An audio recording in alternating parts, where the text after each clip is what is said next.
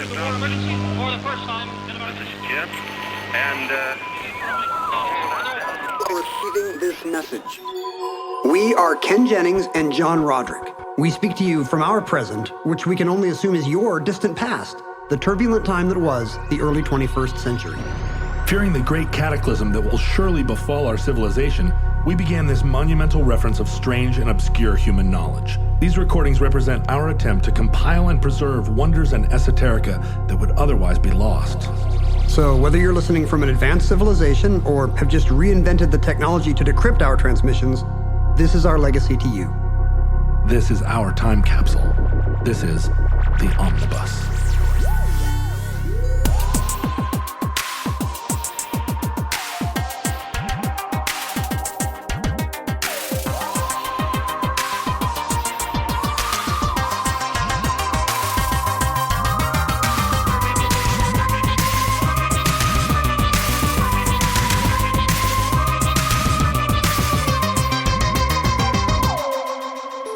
You have accessed entry 447.MK0737, certificate number 25222.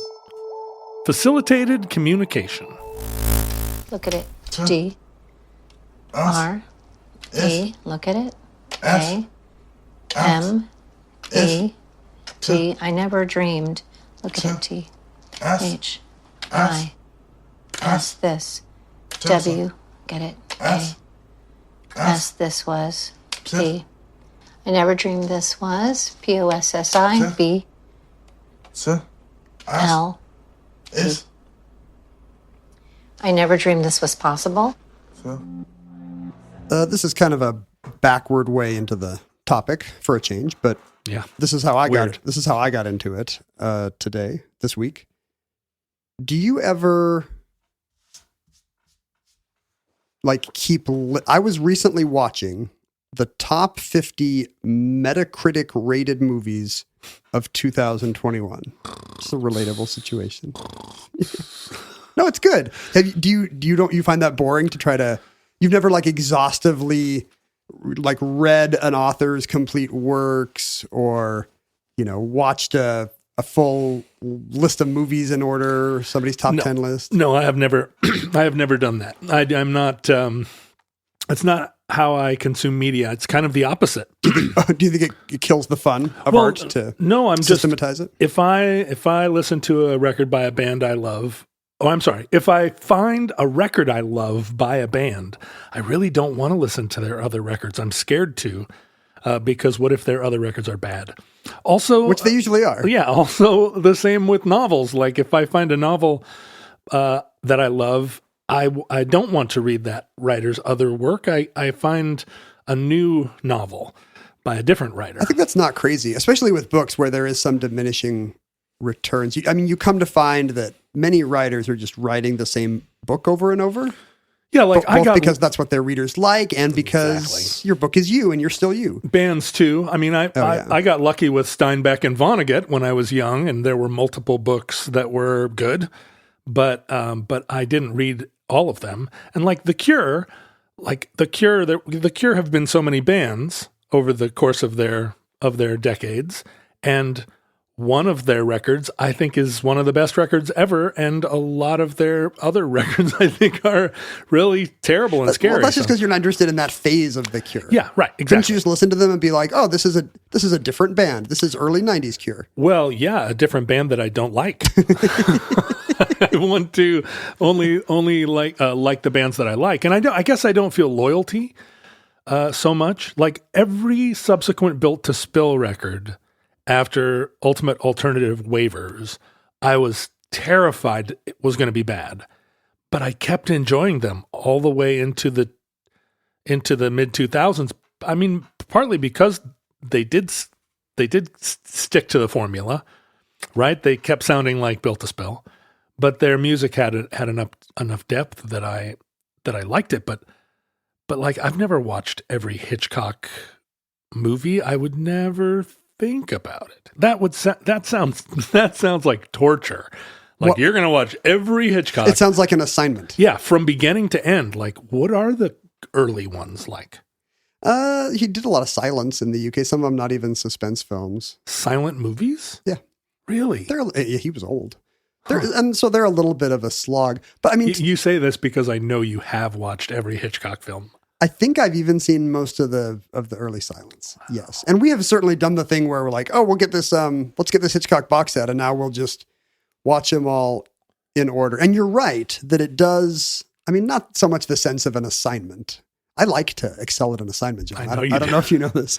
I've said to many people who want insight into who you are as a person, not strangers, Does this but happen a lot? People that know you that are like, what's Ken really like? What's the key to unlocking? I say, he keeps a little card in his wallet that says, idle hands are the devil's plaything. And he pulls his wallet out every morning and goes, right. Idle hands are the devil's plaything. I mean, you're making it sound like I watch Hitchcock movies in order or read all the 33 1/3 books in order just to keep myself from masturbating. Yeah, to keep the demon dogs from, Which is not a... I mean, scratching at the door. I mean, that's not wrong that there is some kind of Protestant work ethic part of my brain where I'm like, hey, like in listening to this record or in putting on this movie, I'm continuing my quest to contain all. I can, right? Yeah, well, yeah. There's that, and there's some. You're right. There's some completist joy, but there's also like I can cross an item off a list now.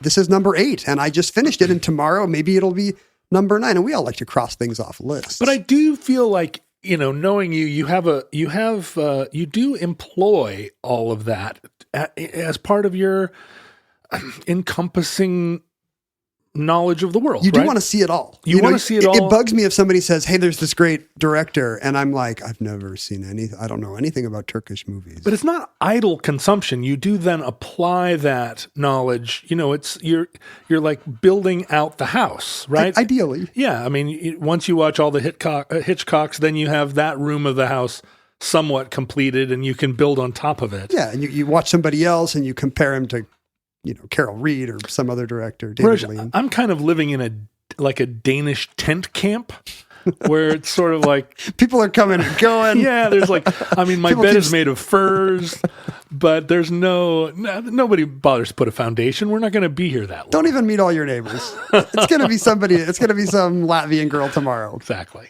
For me, the virtues of it, particularly with movies, like why I've been doing this critics list is, first of all, it gets rid of that awful moment where you're just staring at a Netflix menu, like possibly with your significant other trying to agree on something or even find something you'll both, no, you pick. No, you pick. While the thing is auto playing all the previews. Oh, I hate that. The game is to scroll so fast that you never have to hear like the Stranger Things music. Here's a pro tip. Mute. Just push the mute button. Just mute your TV. Yeah, and then the thing can be an autoplay, screamy previews, and you mute it, and then you also like unfocus your eyes so you don't like get any clues. Pretty soon they're going to actually have iris tracking, pupil tracking, so they'll know. Look!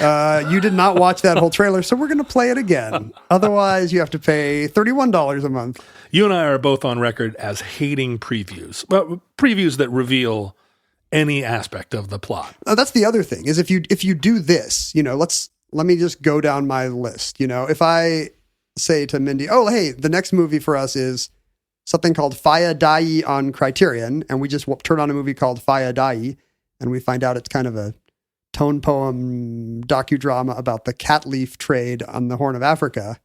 Too late. We've already committed to Faya Dai, but we didn't know a thing. Like the universe presented that, and we both kind of like that. Like we hate the thing about going to a movie and you know what all the plot beats are going to be because the trailer actually told you.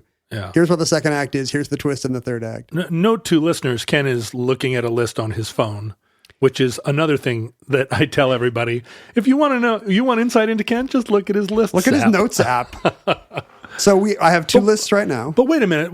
How often do you guys then just sit down and it ends up being like Come and See or Fires on the Plain, where it's just like a movie of total heart-wrenching devastation, a movie of endurance? Yeah, like here's a documentary we made about like mercury poisoning in children. That's just like life, Like I wake up today, and is it going to be a good day or is it going to be Russian war crimes? It was a good day. I don't like that song because it's very anti-Seattle Supersonics. Oh yeah, right. So I have two lists right now.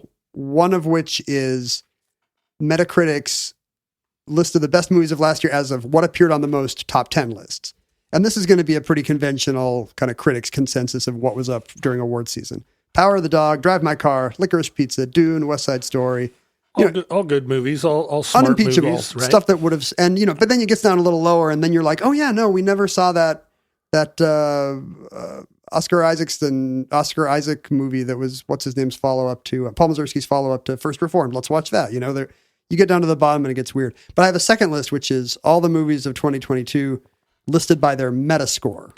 But now wait, if you're doing this, how are you also rewatching every episode of 30 Rock? Which I think is the most rewarding thing anybody can do. One thing we do find is we often have a lot of lists going in parallel. Oh, okay. Like we were doing all the Terrence Malick movies in order, and then like there's only like 7 or 8, right? And then we got lost halfway in between. When you sit down, do you watch a serious movie and then follow up with a palate cleanser? Sometimes, if the movie's short, like this is only 100 minutes. Like let's put on an episode of a half hour or whatever first. Right. Let's watch a Russian Doll or a Barry or something. So yes, but generally we alternate. Like I'll just pick a movie, then Mindy will pick a movie because we always hated that kind of wandering through the blockbuster feeling of No, you pick. No, you pick. Well, what do you want to watch? You loved getting lost in a blockbuster. What are you talking about? It was better than a Netflix menu for sure because you could produce funny VHS boxes and be like, is this finally the night we rent Murder in the First with Sean Connery or Cleaning the Cube? Or you still go to Scarecrow Video. I love Scarecrow. And that's like just going to a museum or something. Right. That's the same experience. But like you're right, going back to Russian war crimes or whatever, like the second list is just all the movies ranked from last year, ranked in order of their overall critic score. And what that weights heavily toward is movies that nobody can criticize. That's true. Movies that had not a single bad review. So the first movie is just a gloomy, long foreign drama about Bosnian war crimes. Because no one's going to give that it's a really good movie, but it's a tough sit. Yeah. And then the second one is that Questlove's concert movie about the Harlem. Which is a totally great movie. Maybe the best edited movie I've ever seen in my life. But it's stuff like that. Suddenly there will be a long form PBS documentary about City Hall, and then there will be like a little micro budget sci-fi movie made for a streaming service, and then there'll be an indie movie with Elizabeth Moss, and then it'll be so it's just something new every night. But this list is much more like here's stuff you never would have picked because it didn't make it on any critics' top 10 lists. Right. This is the opposite of watching every Hitchcock film from start to finish. It's like a total smorgasbord. Grab bag. Yeah. Which seems like exactly the way to consume media in a modern cornucopia. And you still get that endorphin rush of I'm checking something off a list. But also it's I don't have that. But also it's but you I don't get an endorphin rush from checking off. Well, it's because you've never done it. No, I've never made a list in my life. What if you actually, John, if you fail to plan, you plan to fail. What if you actually did make a list of things you wanted to do and then you did one and then you put a little X by it? You just see how that feels. Maybe you'd get a little scary, a shiver at the base of your spine. It's scary. What do you put at the top of a list? Like the biggest thing in life, right? Like be happy, and then after that you put get rich. I mean, how do you? What if you just watch a black and white movie about Bosnian war crimes? I'm not sure I can live up to that. Did you know, John, that I used to make websites for a living? I've heard this, and when I look at you and I think about that, it's really easy to picture. That's exactly what I imagine you doing. I'm always here wearing a short-sleeved white dress shirt. Yeah. I'm like, what is he? Oh, the computer guy's here.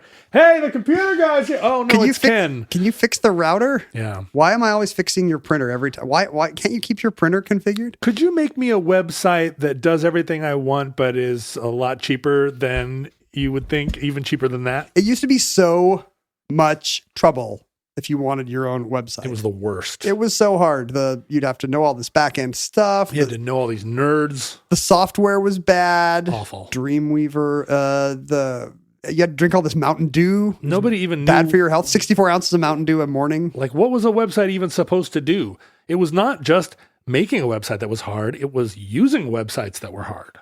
everybody now, it's universal. Like website creation is now open to all through the amazing. That's not true. It's still only for nerds, but I see what you're saying. It has been democratized by Squarespace, the all-in-one platform for building your brand and growing your business online. Thank goodness for Squarespace. They are how I built my website. They are how I built my band's website.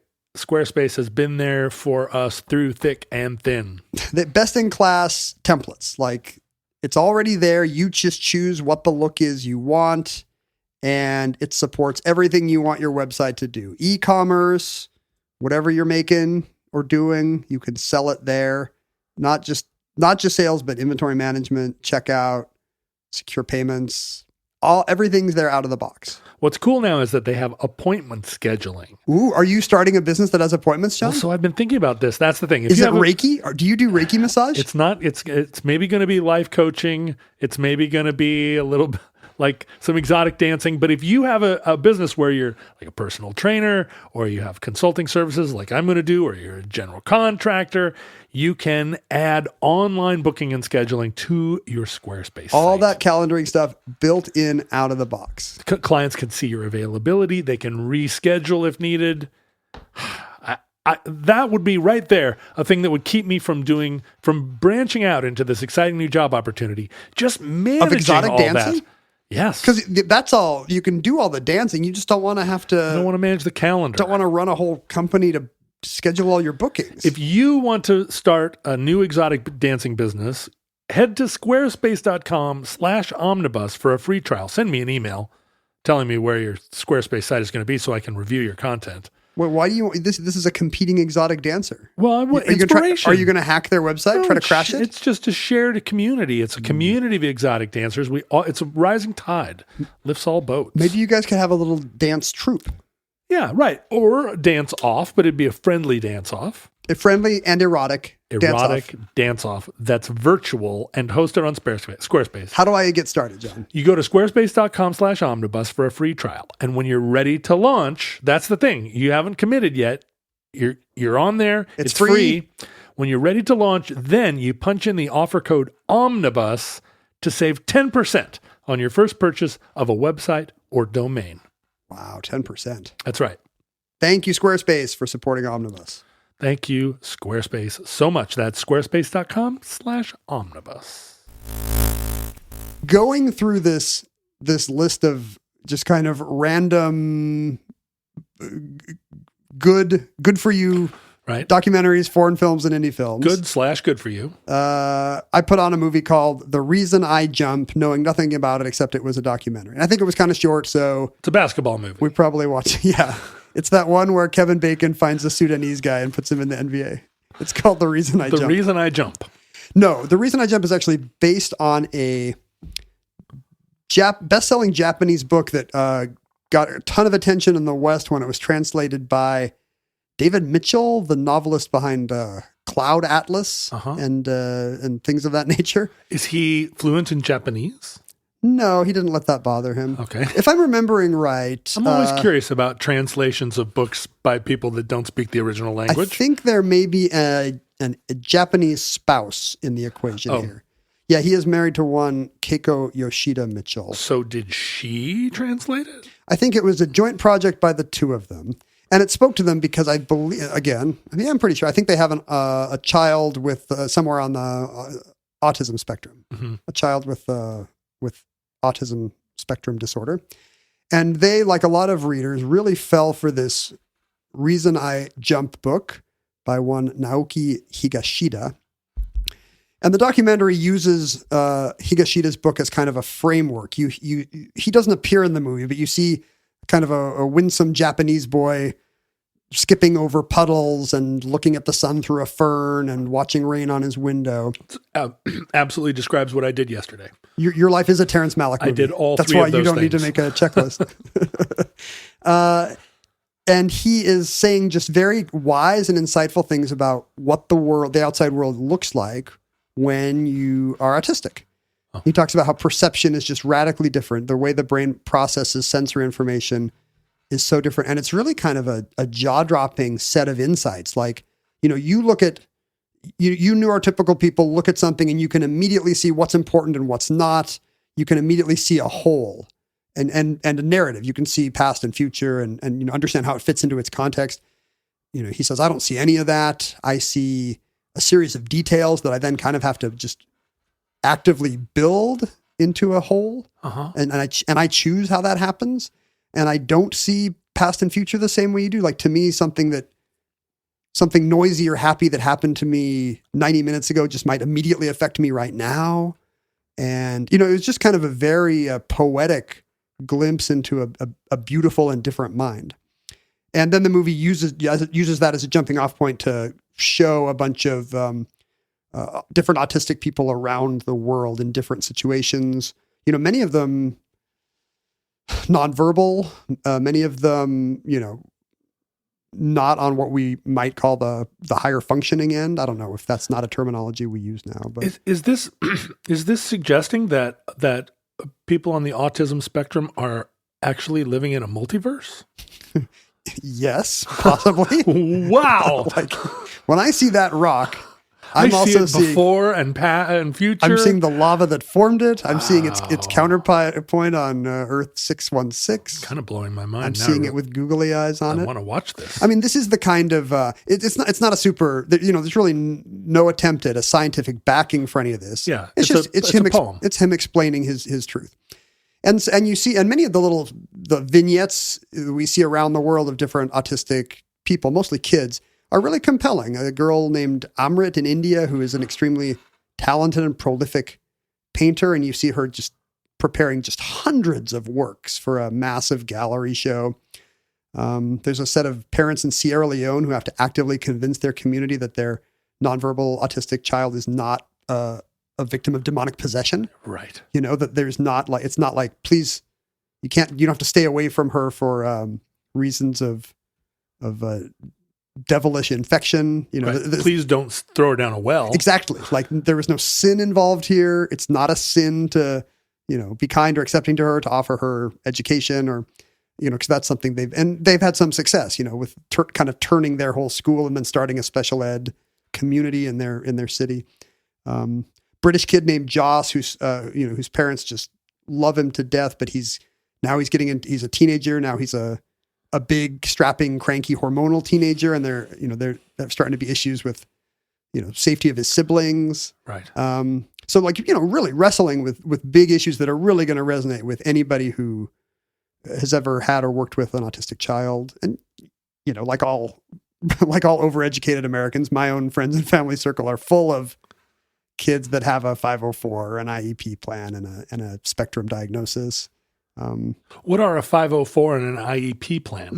Just like in many states, including Washington, a diagnosis of autism can get you government protected, civil rights protected, educational treatment.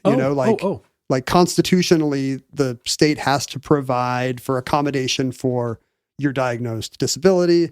And that would include perhaps, if I have sensory issues, I can wear my earbuds in class, even though, the kid next to me would get yelled at. Right. I see. Or, I might get more time for a certain exercise or, it's just legally and educational accommodations for dispensations, kids on the spectrum. Yeah. And I know tons of people who's it's no longer unusual or stigmatized, but again, these are mostly higher functioning kids.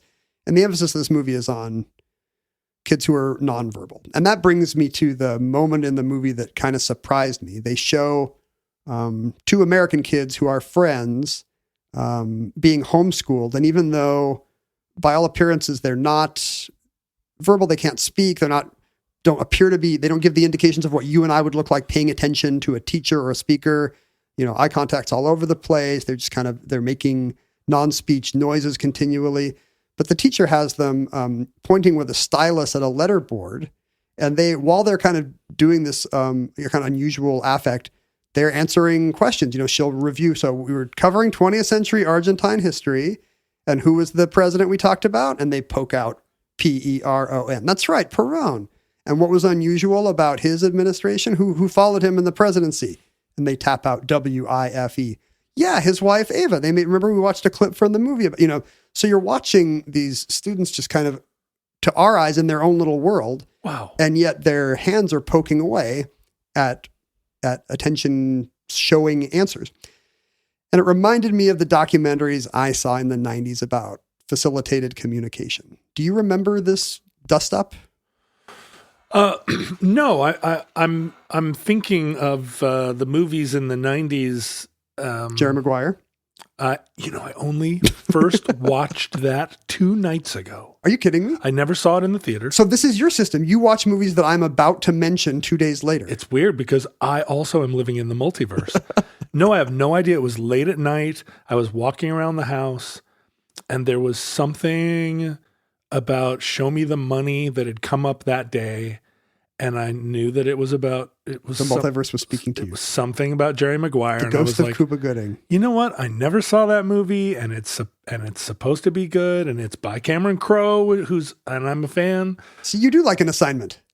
I don't know. But from your subconscious. It was just some weird. I mean, it was sort of midnight, and I was like, I'm just going to sit and watch it. And I watched it, and there it was. And now I've watched it. Smash cut to you at 2 a.m. just weeping copiously as Tom Cruise comes back to Renee Zellweger's Little Women's Group. Well, and the thing is, I'm a big Renee Zellweger fan. Oh, hey, we're all Zellweger heads on. Right? And I didn't know that this was like really early on in her career. And I was like, oh, wow, this is like proto Zellweger here. That's her reputation making movie. That's her Oscar nom. But no, I'm thinking of the movie with Robin Williams about Oliver Sacks. Oh, the man who missed Awakenings. And that kind of being the introduction to the idea that because there were movies sort of in that school, nonverbal people with an inner life. Yeah, and the idea that they were catatonic. I'm not sure if that's still the term, but that in fact they were all present. But no, I don't recognize facilitated communication. That's right. The breakthrough of facilitated communication was not tied to autism. It was the billing was, this was something that could help any nonverbal person to communicate, whether it was autism or cerebral palsy or just a whole confluence of different intellectual and physical disabilities, maybe including those kind of catalepsies from the Oliver Sacks work. It all started in 1989 when a Syracuse professor of education named Douglas Bicklin went to Australia. Never a good move. Wow. That's another thing I've never done. Gone to Australia? No, it's on a list that I've never made. What if you just make a list of Crocodile Dundee movies and watch them all? There's just the one, isn't there? Well, there's 3. What? See? Why would they make another one? You need a notes app in your phone. Bicklin was a researcher at Syracuse who had specialized in studying. He was in the education department. His particular bailiwick was care for the intellectually disabled. The kind of care and education they were getting specifically, I think, in state-run facilities. And he would do a lot of on the spot, on location kind of study and training of these people. And while he was in Melbourne, Australia, or Melbourne, as our listeners insist that we say, he meets a woman named Rosemary Crossley, who in the 1970s has come up with this technique for helping autistic people, nonverbal people, to communicate that she's had just remarkable success with. Supported typing, facilitated communication. And it works like this. The nonverbal person, the communication partner, he or she is called, has a facilitator, a partner, some kind of a caregiver or educator, touch their arm, make physical contact with their arm. And which for a lot of autism spectrum people is intolerable, right? Or not pleasant. I guess, this is something you might have to accustom certain people to, or maybe it just works best on the ones who are, if it's already a trusted person, maybe in many cases. Okay, touch arm. Touch them on the elbow, touch them on the shoulder, the wrist, it can be anywhere on the arm. And you show them, some kind of visual tool. In many cases, a tablet or a board with the alphabet on it, or maybe depending on reading ability, it could be a series of icons. And she and the other special educators here were just shocked to find that people who had never been able to communicate, when they had this kind of comforting hand on their arm, and this, and questions asked them, they could point to icons, be responsive. In many cases, they were shocked to find that that these supposedly nonverbal people could produce just complicated and elaborate thoughts, like including literacy. That they had they understood the meaning of the letters and could spell things given time. Did the hand on the arm, was that a major feature of this? Yes, it appeared to not work without physical contact. Oh. And, given the kind of, the new agey view of medicine in the 70s, you can kind of see how that would resonate. Well, of course, you need that human connection. The warmth of trust is really what leads to the, and the theory that grew up around this was that, look, these people have always had these remarkable thoughts and insights. Many apparently could even read and spell, but they were prevented from doing so not by the workings of their brain, but just by things like motor function. Yeah. Their mouth wasn't working. The thoughts couldn't get to their tongue. Their hands couldn't write them. But if you give them a way where they could just kind of point and jab, bigger muscle groups, then suddenly they're all there. And Bicklin is just overwhelmed by this, returns to Syracuse, founds the Facilitated Communication Institute there. This is what year? We're now into the early 90s. We're around 1990. And this is like a bomb going off in the autism community in the United States. Because it wasn't exclusive to autism, but it connected with the autism Yes, community. because they had great results with a lot of nonverbal autistic people.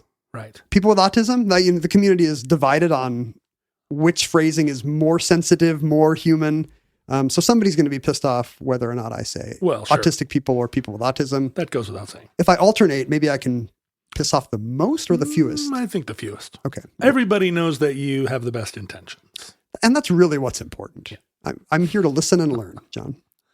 But so a lot of this is just down to the fact that we've always been, until very recently, very willing to believe that people, that even minor disabilities just kind of eliminate people from contention as full human beings. The best thing we can do is kind of keep them out of sight. And you wouldn't express it that way in the 20th century, but we still have the legacy of that way of caring for the disabled. Right. Institutionalize them, then the family they're not a burden to you think of them as far as their effect on others and not as fully human. When you look back at the movie Rain Man from 1988, which now I have no idea how Rain Man is received in the larger culture, but at the time it was both considered like almost a documentary in terms of its gritty realism. And also, what a brave way to humanize this odd guy. Yeah, and exposing just the general idea that this institutionalized person had a life and a soul, through the agency of callow Tom Cruise.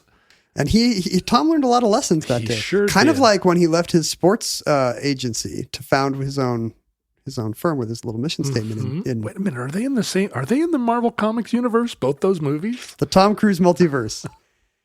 Yeah, I'm reading a book right now that I just happened to, my mom asked me to turn into the library. She's like, can you go up to Shoreline and turn this in? I really thought you were going to say my mom asked me to turn in a report. Yeah.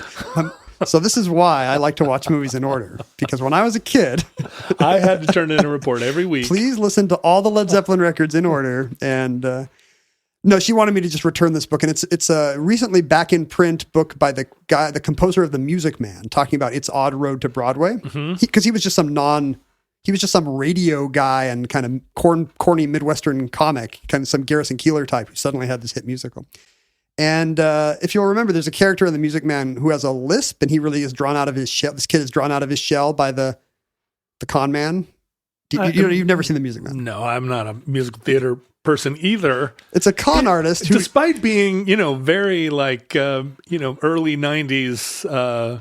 Yeah, where's your love for Rent and we know you don't love Phantom. I was deep in one aspect of the culture, but I always as soon as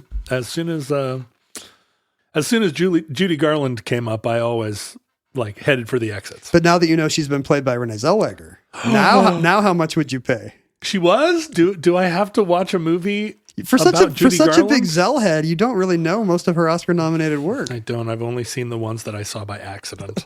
Cold Mountain, 8 times on a plane. I've seen it. I think have I done this bit on the show before? The Music Man is about a con man who comes to town pretending to be a marching band traveling salesman. Every other episode, you tell us about the plot of The Music Man. And then he sticks around for months actually selling the kids instruments and uniforms. The instruments and the uniforms actually come. So this is a very complicated con. Oh, okay. And then and only then does he skip town. But so he actually gives the service. So it turns out it's not a con. He's just a salesman. I guess he didn't have any musical credentials. Oh. It's more a movie about outsider art, I think. Anyway, one of the main characters in the movie, a young Ron Howard, is this lisping kid who really comes into his own and becomes more confident when he learns to play the cornet. A recorder. When he's given a cornet, yeah. But this is basically the whole theory behind every kid gets a recorder in 1970s grade school. This will bring the lisping kid out of his shell. Today you would give him an IEP, but back then you give him a recorder. So somewhere in there they gave him electric shocks. Oh yeah, best not to look too closely at this period. So in the early drafts of the play, and Wilson keeps saying this in this book, he keeps calling him the subplot about the spastic boy, because that was you realize as you read all this kind of awful sounding prose, the spastic boy was so important to me. There's no way we could lose the spastic boy. I had seen how people were treated, just because they had a cane or a wheelchair and blah, blah, blah. And it was important for everyone to know that they were only physically retarded and not mentally retarded. So all this nomenclature that we would just cringe at today. Other than race, I don't think there's any set of terms that have changed more in the last 10 years than the ones that we use to describe disability, or explain disability. Yeah. Because you and I come from a time when those were we didn't say, spastic anymore like Meredith Willson did in the 60s. Oh, I think we still use that term when I was a kid in the 70s, early 70s. Like at recess. You think that was the I think it was still a diagnosis term? or at least it sounded scientific, I think, in 1977. Yeah. Anyway, you have to remind yourself that this author is using what to him were the latest words. He's debunking all this stuff about how people with intellectual disabilities or, people with physical disabilities are not all there, and cannot be treated as people. But at the same time, he's using Rain Man style cringe nomenclature, calling him the spastic boy and using the R word. I mean, it took a long time. I think I was still getting educated on it in the 2000s. And when it comes to tricky diagnoses like autism, it's very much a moving target even today, as we're going to see. Like, what does awareness and best practice of the disorder look like? Is it a disorder even? But when Bicklund's work comes out, this is like Prometheus's discovery of fire for all these families who have had this nonverbal member or have been caring for somebody nonverbal, because suddenly they couldn't communicate with their own kid before. Right. And now their kid can tell them everything. And inevitably the first thing they hear is just expressions of love. Wow. And the kid is aware of, just all they've sacrificed and is grateful. And, Bicklund promises full participatory life. You thought you were some part of, this kid was a challenge. The world treated your kid like a burden to you. And now all these things you couldn't hope for, independence, career, relationships, these might all happen for your child. Was it the same interface in each case? Was it just as simple as it was an iPad the whole time? No, I think they were different. I think sometimes it was a set of icons. Sometimes as technology got better, eventually it was a BlackBerry. At first it was just a stencil or an alphabet board in many cases, some kind of tablet.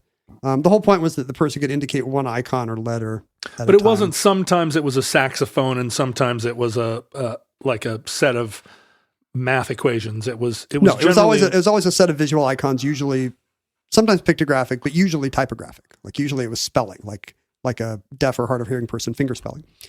The problem was once there was an academic institute at Syracuse and elsewhere, there was started to be study of it.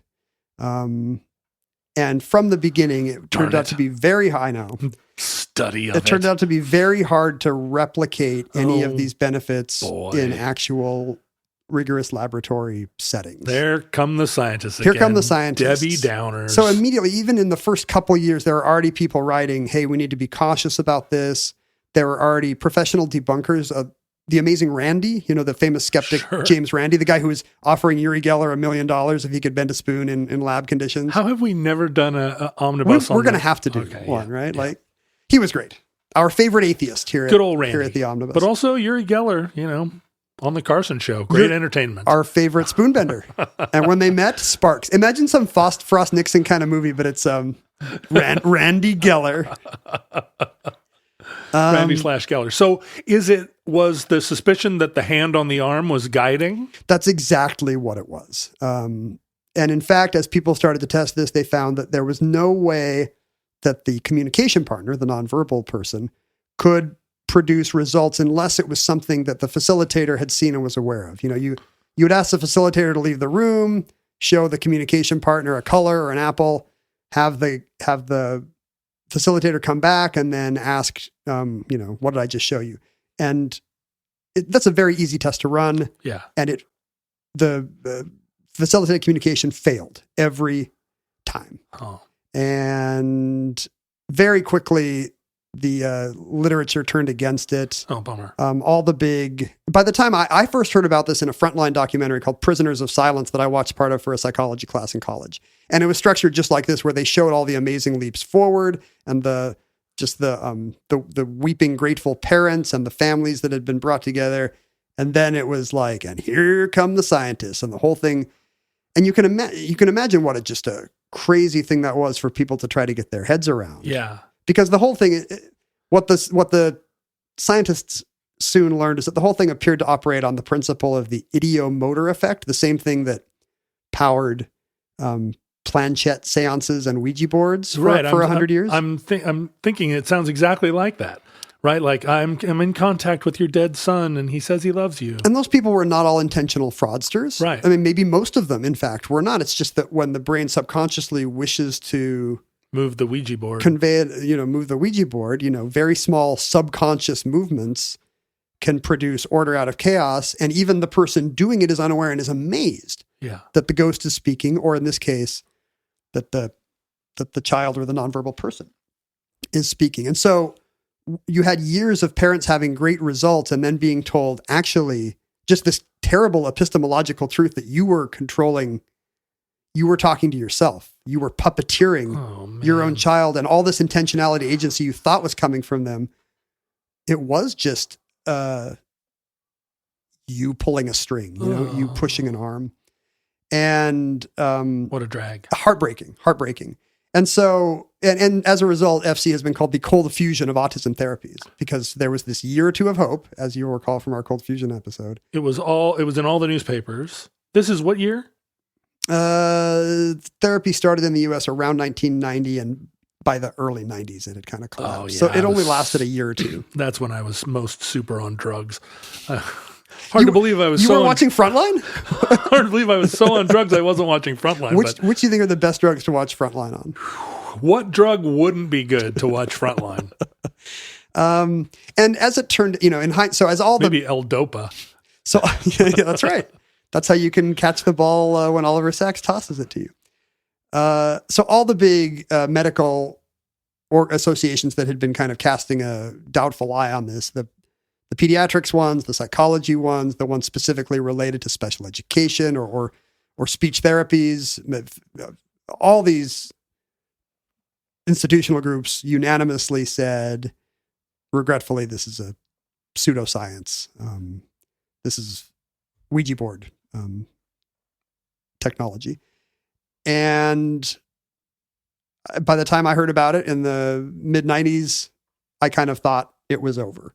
And honestly, the scars left by the FC boom are worse than just false hope, because there were some really depressing and awful cases. There was a caregiver who had noticed some changes in the autistic boy she was treating, and used facilitated communication to have him reveal to her that he was being molested. Oh, of course. By his parents. There's the 90s for you in a nutshell. Satanic panic, but with a Ouija board.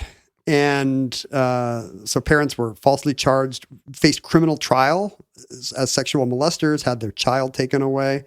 And it gets worse. A woman used facilitated communication to find out her son was saying, "I need a lot of drugs to die peacefully. I wish you to do it soon." So she performed what she thought was euthanasia, only to be charged with murder because that was her moving his elbow. And it makes you wonder when you hear about how the first thing that the kids always say is just how grateful they are for the years of love and sacrifice, you realize that it's not just kind of a word spelling themselves haphazardly, that really the things that parents want to believe are what's coming out. But nobody was like, there's gold hidden under the foundation of the old farmhouse. That's what we need, is for new information to be provided by facilitated communication. Yeah. That would be better than was I holding an apple or an orange? That would really be like, there's Confederate gold in the fireplace. So this woman actually had to face murder charges or maybe manslaughter for killing her son. And because she believed that he was telling her, yes, this is an unlivable life. And she has to find out later that not only did she just, kill a child who had never expressed that kind of agency, but also some part of her apparently had been eliciting it from his elbow. Right. Ugh.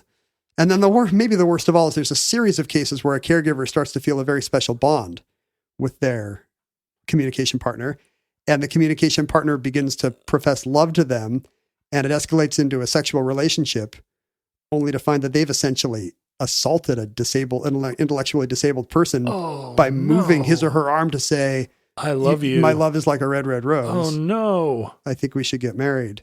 Do not let people around other people, I think, is the lesson here.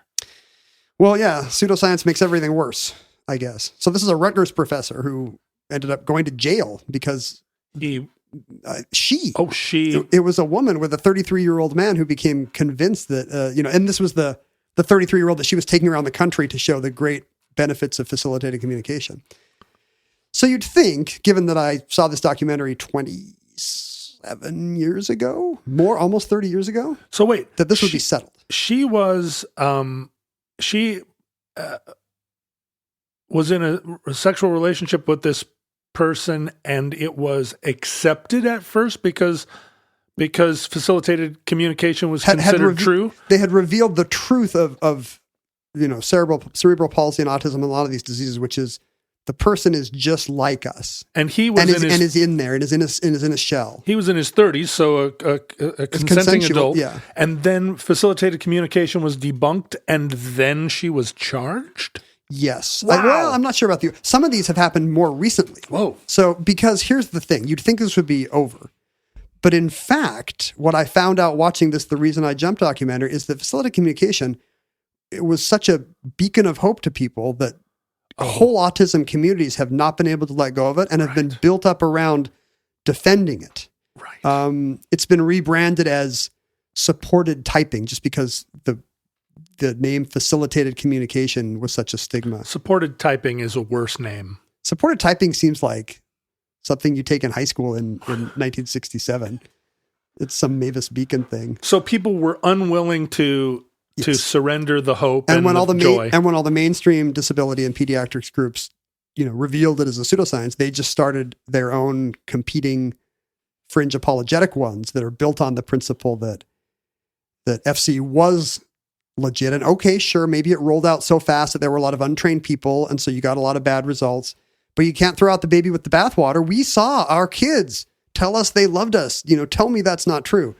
And it's a real painful can of worms. So is there some kind of sidebar accreditation society that has its own counselors? Worse than that, there's massive nonprofits that are contributing millions to these pseudoscientific academic groups that are continuing to push FC and kind of and the offshoot technologies that I saw in this documentary, including rapid prompting therapy, RPT, which when you watch it is pretty much facilitated communication. There still has to be, it only works with a second person magically, and that person has to be, there's no necessarily arm holding anymore. So they've said, we solved the problem with FC. There's no arm holding anymore. But the person is still holding up the tablet or stencil or whatever it is, and still has the opportunity for cueing in many ways to produce the student who's writing Perón or whatever. Or later in the movie, a lot of these kids produce kind of lengthy, inspiring oratory about the kind of what a civil rights issue this is, and how they're on the forefront. They're fighting a society that's denying them their personhood and refuses to prioritize their education when they could do anything we can do. It's really, really good, feel good, anti-ableism rhetoric, and it leads to this unsolvable tangle of who is saying it. But is there obviously, if you could just leave somebody alone with the iPad and they could do all this communicating with it, and that is a thing. It is. Well, sure. Think about, for many people, I see what you mean. Think about Stephen Hawking, who does have enough did during his life, had enough fine motor skills that he could make his machine talk for him. And because autism is such a broad, spectrum of different ways it presents and different abilities and disabilities, there are plenty of autistic people who can learn to communicate by, gesturing to things, pointing to icons. But is there a possibility that there's a subset of people on the spectrum that can only communicate when there's somebody there? That is the question. And you watch this documentary and you realize, I don't know. Oh, really? Yeah.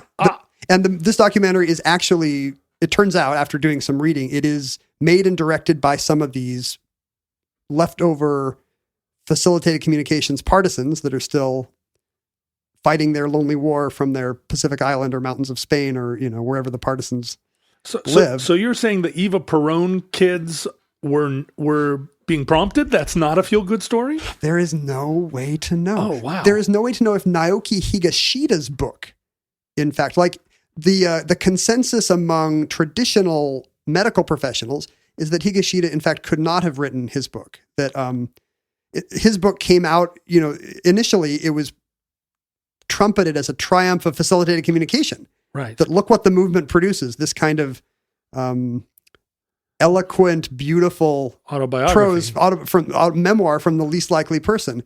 And now it's kind of been, because of the book's success in the West, now that FC link has been scrubbed away. And of course, his mom was always touching his arm when he wrote the book. But, you can find clips of other documentaries where they make sure he's photographed without somebody touching his arm, and he's still kind of poking away at his little hiragana, katakana keyboard. But what a laborious process to write write a book where it's really your mom writing her dreams about what you would be like, and she's just unconscious that she's doing it. And the stakes could not be higher. Like, I'm very uncomfortable sitting here and saying, hey, I watched a documentary and I saw a lie. I saw a weird homeschooling mom pretend that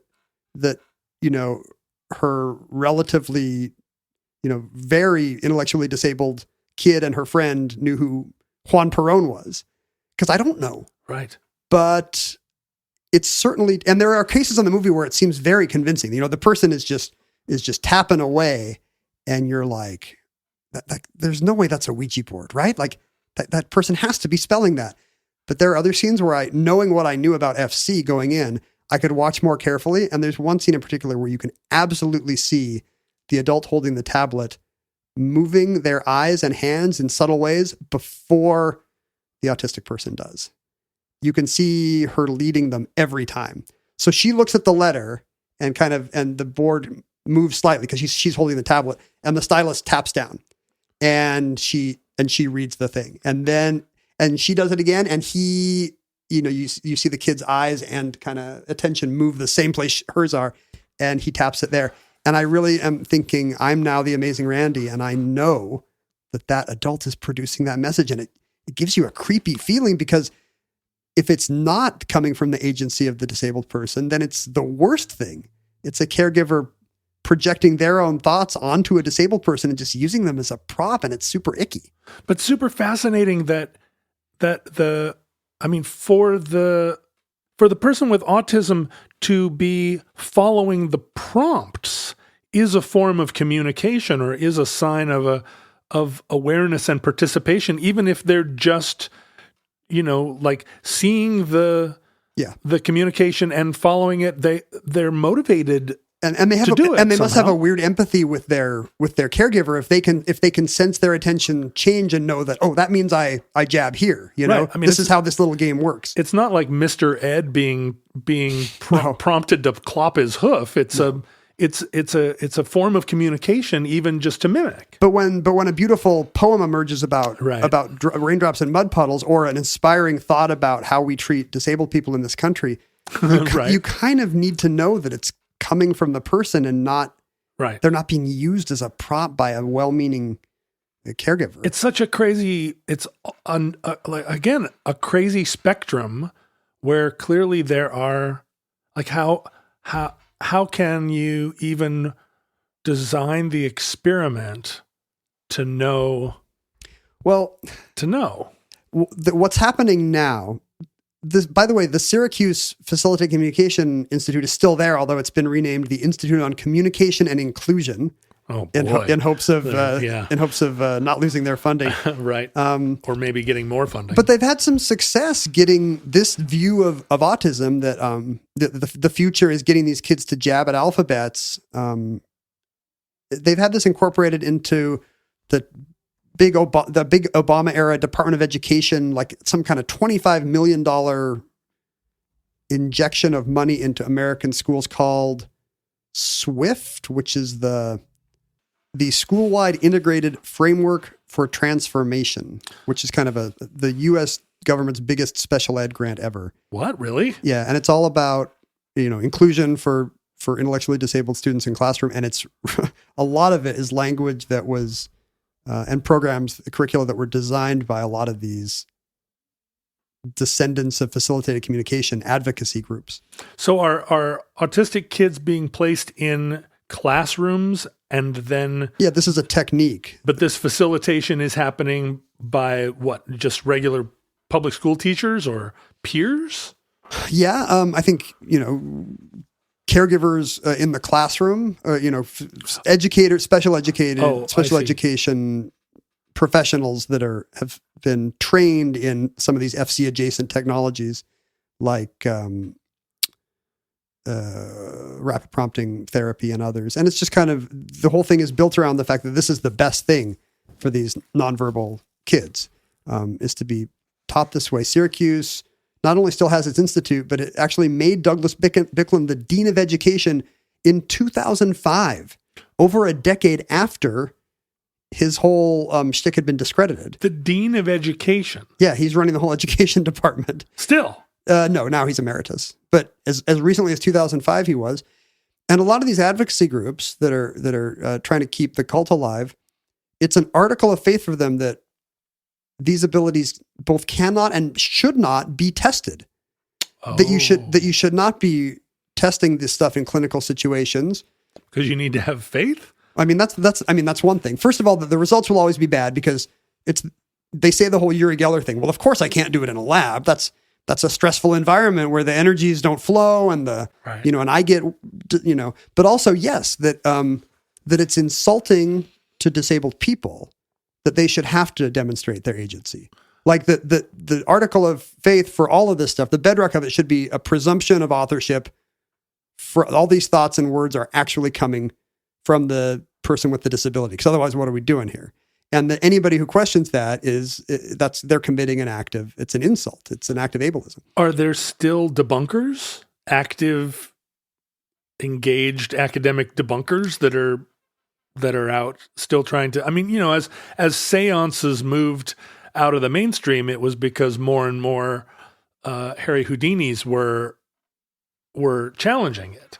Is that not true now? Yeah, the people trying to keep it alive are still very much an academic minority who keep having to make their own propaganda documentaries and form their own advocacy groups because all the big pediatrics and psychology and therapy groups are still totally against, still cautioning against all these FC adjacent technologies.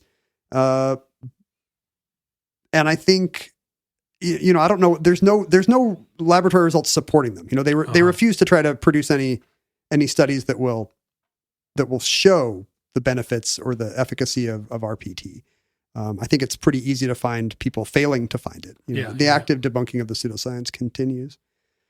But it's just watching the documentary, you understand how high the stakes are. Is this an adaptation of a book by an autistic person, or is this an outsider pretending they know what the disability is like? I mean, and which view is more enlightened? Like if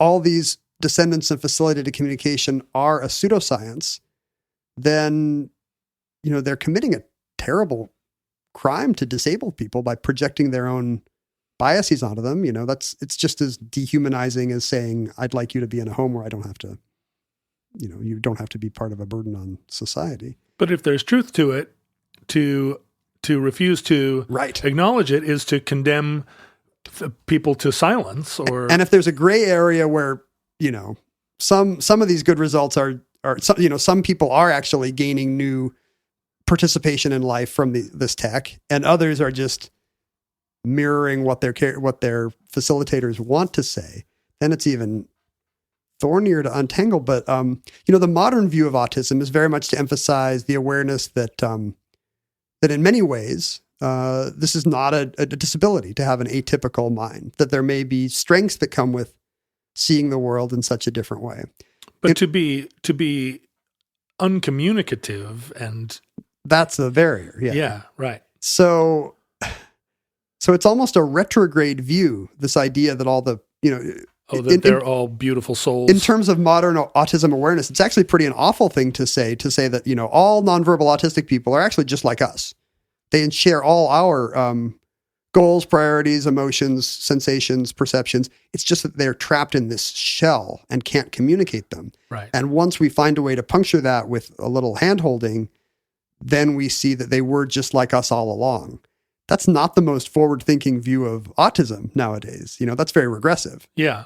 But communication is so key to how we form societies, how we think of ourselves. Like like human beings are defined by our ability to communicate in some ways with one another and grasp larger principles. And so it's almost inevitable that we would want that this would be the battle line of how we consider autism would shake out. Yeah. Yeah. Because we love stories, the feel-good stories of the autistic kid who can, at one glimpse, then draw the skyline of Manhattan. All the savant-like abilities. Yeah. And, that famous story about the therapist who realized that if you put an autistic kid into a mascot costume, all of a sudden they came alive, Oh, yeah. Hey, you remember that? I do remember that. Where it was just like the ability to or just the form of a costume had this liberating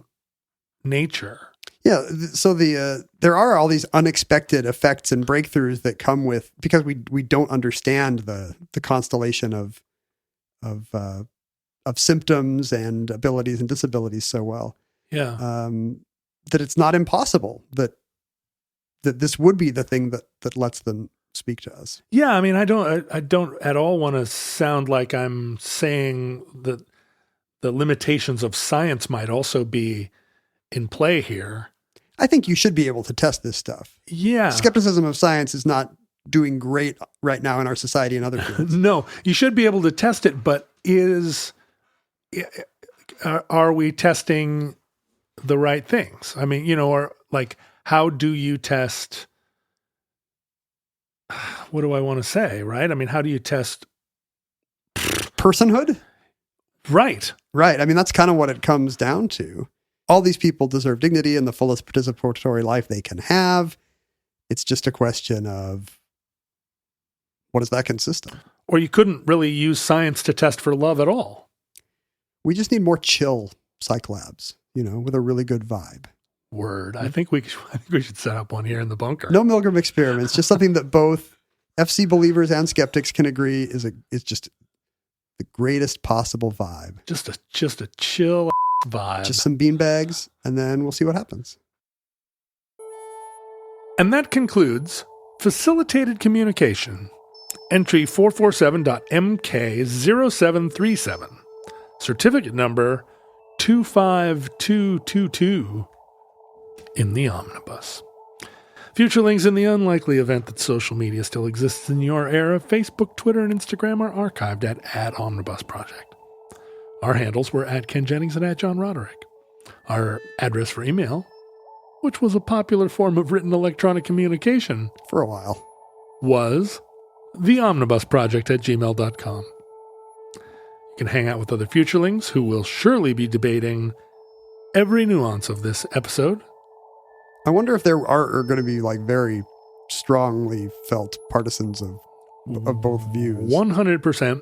Because, the more fringe of you, the more likely you are to just feel it in your bones. Yeah, we will hear from both sides of this argument, both on our various fan sites, wherever the word Futureling appears, and also probably in our inbox at theomnibusproject@gmail.com. Or you can text John at 801 555-7474. You can mail us your thoughts in long letters to P.O. Box 55744, Shoreline, Washington, 98155. And if you appreciate the show and listen to it twice a week after week, consider supporting it at patreon.com/omnibusproject. There is bonus content there, but think of that as a bonus for supporting the show. Supporting the show is its own reward. the good feeling that comes with helping others. Listeners, from our vantage point in the distant past, we have no idea how long our stab at civilization survived. We hope and pray that the catastrophe fear may never come, but if the worst comes soon, this recording, like all our recordings, may be our final word. But if Providence allows, we hope to be back with you soon for another entry in the Omnibus.